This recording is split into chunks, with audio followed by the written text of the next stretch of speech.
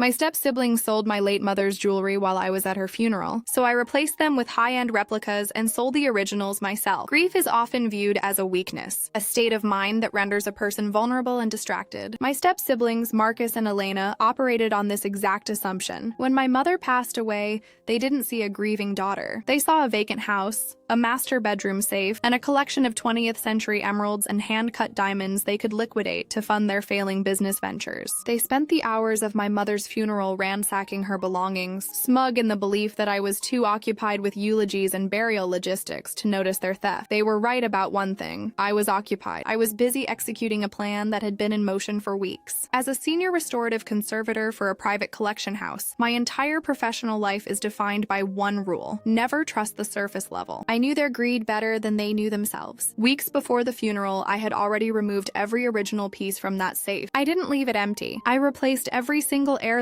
with a forensic-grade replica, crafted by specialists to mimic the exact weight, refractive index, and microscopic surface inclusions of the originals. Marcus and Elena didn't just steal from me. They stole a box of expensive costume jewelry I had commissioned specifically to bait their betrayal. In this story, I'll show you how I moved the original assets into an airtight, untouchable trust, watched my step-siblings humiliate themselves at a reputable auction house, and legally barred them from ever touching my mother's legacy again. This wasn't just a win. It was an audit of their character, and they failed the inspection. At 29 years old, my life is governed by a singular, rigid philosophy. The truth is a physical constant, not a subjective interpretation. As a senior restorative conservator for a high-end private collection house, I spend my days working in the intersection of history and material science. I am the person museums and private collectors call when they need to know if a 17th century manuscript is genuine, or if a piece of jewelry is truly from the era it claims to represent. My work requires a clinical, almost detached level of scrutiny. I do not deal in sentimentality. I deal in provenance, composition, and physical reality. When my mother was diagnosed with a terminal illness early last spring, my professional skills suddenly collided with my personal life in a way I had never anticipated. My mother was a woman of immense grace, but she was also a woman who possessed a singular, tangible legacy: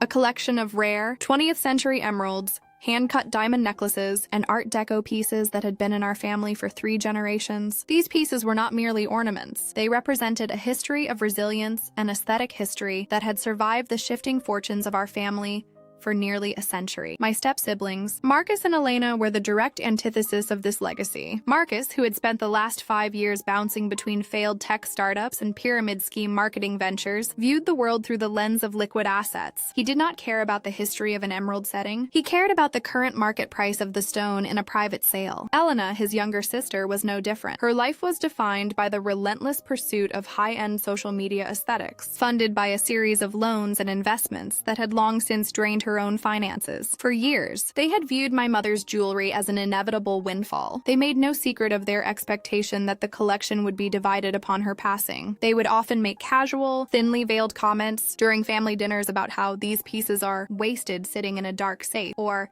"It's a shame this gold isn't working for someone who needs a startup injection." My mother would always smile politely and change the subject, but I saw the strain in her eyes. She knew, as I did, that if these pieces fell into their hands, they would be stripped of their history and sold within days to the highest bidder in a desperate attempt to cover their mounting debts. The shift happened 3 weeks before my mother passed. I had been staying at her home, managing her medical care and overseeing the daily operations of the house. I noticed Marcus and Elena visiting with increasing frequency, but they weren't there for my mother. They spent their time in the study, looking for old family documents, or organizing the closet. I knew exactly what they were doing. They were cataloging the assets. They were mapping out the location of the master safe. I didn't confront them. Confrontation is a messy, inefficient way to manage a security threat. Instead, I initiated a professional audit of the household. I began by establishing a comprehensive digital record of the collection. I photographed every piece under high-intensity UV lighting, mapping the exact dimensions of every setting and the unique natural inclusions of every stone. Then, I initiated a conversation with a contact of mine, a master jeweler in the city who is widely regarded as the best in the business for forensic-grade work. I told him I needed duplicates. I didn't tell him why. I just told him I was creating a security set for an estate transfer. The process of commissioning the replicas took precisely 2 weeks. Every night, I would wait until Marcus and Elena had departed.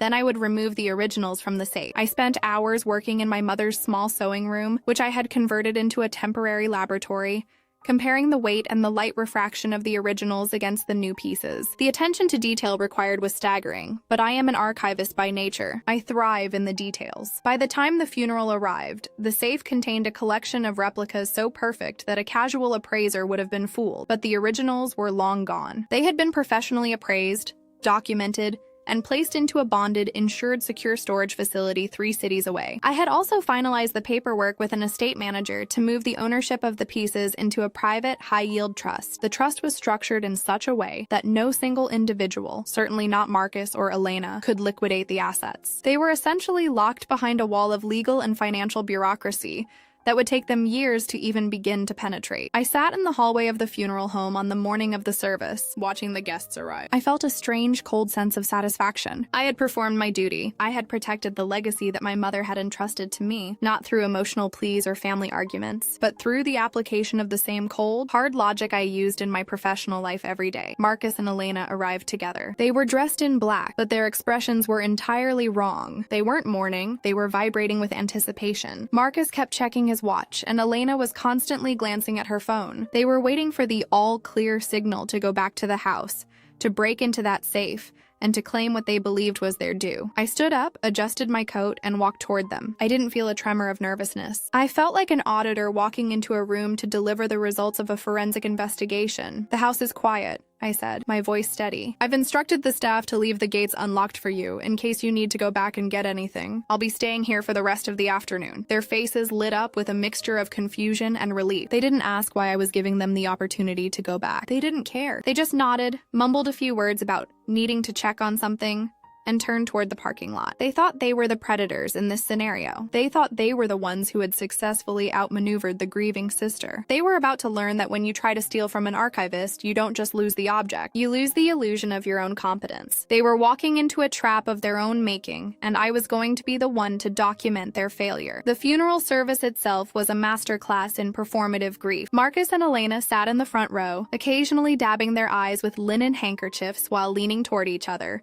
whispering behind their hands. Their performance was, in a word, amateurish. They lacked the restraint required to make their deception convincing. I sat 3 rows behind them, observing their body language with a professional detachment. I watched as Elena checked her phone every 6 minutes, her thumb hovering over the screen, waiting for a confirmation notification. I knew exactly what that notification was. I had installed a low-profile, battery-operated vibration sensor inside the master safe's inner door, linked to an encrypted application on my mobile device. It was a simple piece of tech, the kind we use in the museum to monitor the handling of fragile artifacts during transit. The moment the safe door was engaged, I would receive a time-stamped alert. The service dragged on, a sequence of eulogies that felt increasingly surreal given the context. When it was finally time for the interment, I saw Marcus slip away toward the rear exit, presumably to rendezvous with a vehicle. He was already planning the logistics of the heist. He needed to get to the house, clear the safe, and have the goods at a prearranged fence before the sun went down. He was working under a deadline, and deadlines, as any professional knows,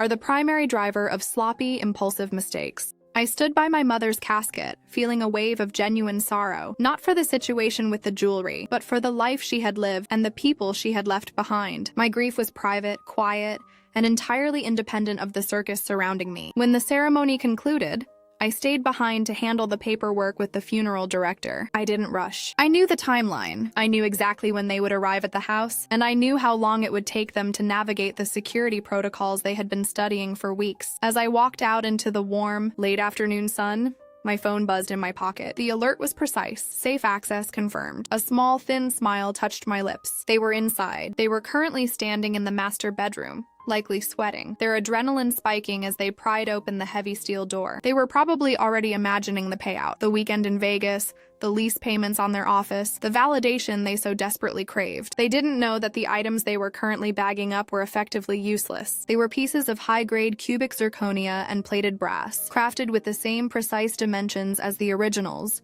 but possessing none of the value. They were forensic decoys, designed to look perfect under the dim light of a master bedroom, but to fail any serious test of material composition. I chose not to return home immediately. I went to a quiet cafe a few miles away and ordered an espresso. I needed to let the situation develop. The psychological weight of a heist is, in many ways, more damaging than the crime itself. By letting them believe they had successfully stolen the jewelry, I was allowing them to commit their own crime of intent. They weren't just stealing jewelry, they were engaging in an act of profound bad faith during a time of official mourning. Every step they took, every decision they made to sell those items, was deepening their moral and eventually their legal liability. I opened my laptop to check the status of the trust. Everything was in order. The estate manager had confirmed the transfer of the genuine collection into the vault earlier that morning. I felt a sense of immense relief. The legacy was safe. The emeralds, the diamonds, the history, all of it was beyond their reach, protected by the very laws they had ignored in their rush to liquidate my mother's life. Around 6 p.m., my phone buzzed again. This time, it was an incoming call from a number I recognized immediately, the owner of Vanderbilt & Sons Fine Auctioneers. I had worked with the proprietor, Elias, for over a decade. He was a man who took his reputation for authenticity seriously, perhaps more seriously than anyone else in the city. He didn't just auction goods, he acted as the final word on provenance. When I had decided to move the real collection, I had warned him that I might need his assistance in identifying the provenance of some problematic replicas that might appear on the market in the coming days. I answered the phone. Elias, I said, my voice composed. I have 2 individuals in my office right now. Sarah, he said, his voice dripping with professional disdain. They are attempting to sell a set of heirloom emeralds and diamonds that look remarkably similar to the descriptions in your mother's estate inventory. They're acting rather frantic. They seem to be in quite a hurry to close the transaction. Are they presenting them as authentic? I asked. They are insisting on it, Elias replied. They've provided a forged bill of sale that they claim was signed by your mother months before her passing. It's a very poor forgery, I might add. The ink density is all wrong, and the notary stamp is 5 years out of date. I closed my eyes for a moment. They hadn't just stolen the jewelry. They had attempted to manufacture legal documentation. They were moving from simple theft into the realm of fraud. I'm on my way, I said. Please keep them there. Do not let them leave. Tell them you need to conduct a more thorough refractive index test before you can authorize the wire transfer. Consider it done, Elias said. I left the cafe and got into my car. The drive to the auction house felt like a victory lap. I didn't feel angry. I felt efficient. I had predicted their behavior. I had prepared the environment. And now I was arriving to verify the results of the experiment. I knew exactly how this conversation would go. They would be shocked. They would be defensive. And then, slowly, they would realize the trap they had walked into. They thought they had won the moment they walked out of the house with those bags. They thought the funeral had provided them with the perfect cover. They didn't understand that grief, when handled correctly, provides a vantage point that anger can never match. By staying quiet, by staying professional, and by meticulously documenting every step of the process, I had turned their greed against them. I had created a situation where they had to present their stolen goods to the most reputable auctioneer in the state. They weren't just going to be rejected, they were going to be interrogated. And in the world of high-end auctions, an attempt to sell fraudulent goods under a forged bill of sale is not just a disagreement, it is a blacklistable offense. I turned the corner onto the street where the auction house stood, the grand stone facade looming in the twilight. I checked my reflection in the rearview mirror, adjusted my blazer, and took a deep breath. It was time to settle the account. The lobby of Vanderbilt & Sons was an exercise in hushed, expensive elegance. It smelled of floor wax, old paper, and money. As I pushed through the heavy mahogany doors, I felt the familiar cool air of the showroom wash over me. It was a space that prioritized silence and reputation above all else. Elias was waiting for me near the front desk. He was a tall, spindly man with a penchant for waistcoats and an eye for detail that bordered on the obsessive. He didn't smile when he saw me. He simply nodded once, acknowledging the gravity of the situation. They are in the private viewing room, he whispered, gesturing toward the back corridor. They're getting impatient. Marcus has asked to use my phone 3 times, and Elena is currently pacing a hole in my Persian rug. They seem to believe that their emergency justifies a breach of our standard appraisal protocol. They don't understand the protocol, Elias, I replied, my voice steady. They assume your process is just a formality to be bypassed with enough bluster and a forged signature. A signature that wouldn't fool a first-year associate, he countered with a dry, humorless chuckle. But they are your family, Sarah. I assume you want to handle the confrontation? I do, I said. Elias walked me to the heavy oak door of the viewing room and opened it. The sight inside was exactly as I had imagined. Marcus was slumped in a leather chair, his tie undone, his hair disheveled, a sharp contrast to the man who had been playing the grieving brother just hours earlier. Elena was standing by the window, her hands trembling as she smoothed the fabric of her black dress. When the door opened and they saw me, The air in the room seemed to vanish. Marcus's first instinct was to stand up, his face hardening into a mask of indignant rage. "What are you doing here?" he barked. You were just attempting to liquidate assets that you do not own," I said, cutting him off before he could begin his rehearsed speech. I didn't enter the room fully. I stayed in the threshold, maintaining a position of authority. I was the one holding the keys to the conversation. Elena let out a short, sharp laugh that sounded more like a sob. "We're just handling the estate, Sarah. We're the ones who have to pay for the cleanup, the taxes, You have no authority over the estate," I interjected, my tone even and clinical. "As of this morning, the real assets of this estate have been moved into a structured trust. The pieces you have in that bag on the table are not part of the inheritance. They are replicas. They were replicas before you even set foot in the safe." Marcus laughed, but it was a brittle, frantic sound. "Replicas? Are you serious? I've been around these stones my whole life. I know the emeralds when I see them. You're trying to gaslight us because you're mad we got to them first." "I'm not mad," I said, and for the first time, I meant it. "I'm simply observing a logistical failure. You entered a house, you broke into a safe, and you stole property that was explicitly protected by security protocols. And now, you are sitting in the most reputable auction house in the state, presenting forged documents for fraudulent goods. Do you have any idea what that does to your record in this industry?" I stepped into the room, walking slowly toward the table where the jewelry sat in its velvet tray. It looked stunning. The light caught the emeralds, casting a deep, rich green glow against the fabric. They were beautiful, even as fakes. Marcus had been fooled, just as I had planned. He had looked at the stones, seen the size, seen the setting, and had seen only the dollar signs. He hadn't bothered to look at the facets. He hadn't bothered to check the clarity under a jeweler's loupe. He had let his greed serve as his primary appraiser. "Open the bag, Marcus," I commanded. He hesitated, his eyes darting toward the door. Elias was standing there, his arms crossed, blocking the exit. Marcus realized then that there was no way out of this room that didn't involve a total loss of face. He reached into his satchel and pulled out the rest of the collection,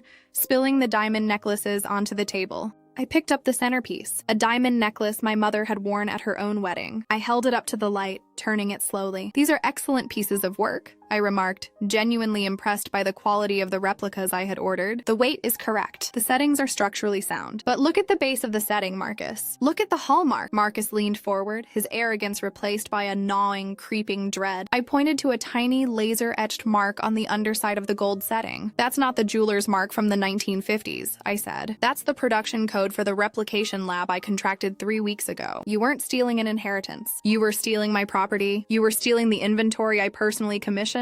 Elena's face went white. She sat down abruptly, her hands covering her mouth. The reality was finally setting in. They weren't the ones in control. They had been manipulated from the start. They had performed an elaborate heist only to find that the prize was a prop in a performance they hadn't realized they were in. "We have the bill of sale." Marcus tried again, though his voice lacked conviction. "We have the signature. The signature is a forgery," Elias said, speaking from the doorway. His voice was cold, professional, and utterly final. "I have already cross-referenced it with the legal documents filed by Sarah's estate manager. Your bill of sale is an amateurish attempt at fraud. I have already contacted the state authorities regarding the attempt to auction fraudulent goods using forged documentation. They are on their way." Marcus looked at me, then at Elias, then back at me. The indignation was gone, replaced by a desperate, pathetic pleading. "Sarah, please. We were in trouble. We didn't have anywhere else to go. You have to understand.